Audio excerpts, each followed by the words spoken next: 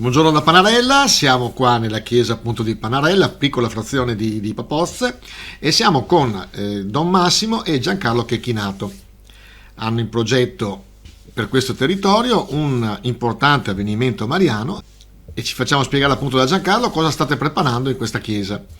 Tutto nasce nel 2012 quando abbiamo organizzato in Polesine una settimana dedicata al Messico, al folklore, ai valori e alle tradizioni del Messico, di questo popolo meraviglioso, tanto lontano ma tanto interessante, un popolo latino, un popolo travagliato da tante vicissitudini, ma che ha una umanità e una religiosità particolarmente spiccata. Ecco, arrivarono quindi dei giovani studenti dell'Università del Tec di Monterrey che portarono come dono, come segno di testimonianza del loro affetto, questa immagine, questa meravigliosa Madonna che è la Virgen di San Juan de los Lagos, è una Nostra Signora di San Juan de los Lagos,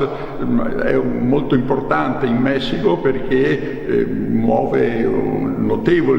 numero notevole di fedeli e di pellegrini che ogni anno vanno ad onorarla e sempre, tutti i giorni,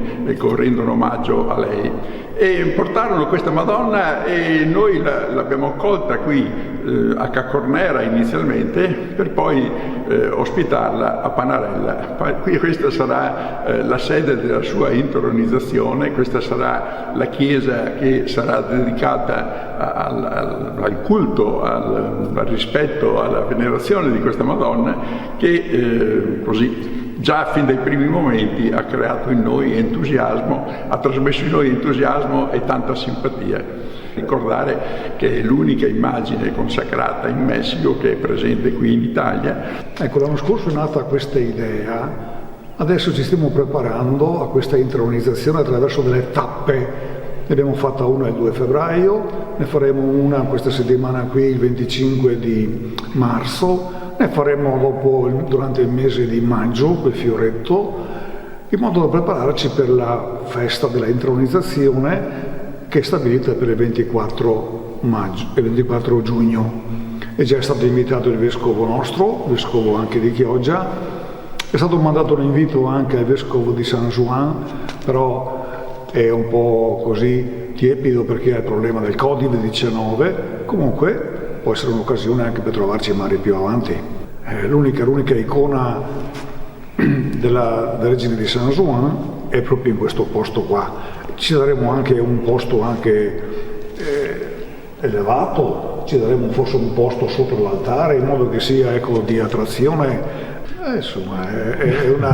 è una immagine di povertà, tutto sommato la parrocchia di Panarella rispetto alle grandi e prestigiose parrocchie. Però questo è in sintonia con Maria, con i testi sacri, per cui il Signore si è servito di persone semplici, non è andato nel Tempio ma è andato nella casa umile di Nazareth, in Galilea, poi che era tutto sommato la regione più meticcia del tempo. Quindi da lontano dalla povertà Dio ricama la sua storia e qua ormai siamo davanti all'ordito dei fili d'oro di quello che sarà poi questa intronizzazione della Vergine Maria, Chissà che nel 2022 il vescovo di San Juan possa essere presente qua. Ma sicuramente i mariachi del Messico verranno a suonare, a cantare, a fare festa a questa Madonnina che pensate che in Messico la Virgen di San Juan de los Lagos richiama oltre 7 milioni di pellegrini per anno, quindi dopo la Madonna di Guadalupe è la seconda Madonna più visitata e più venerata.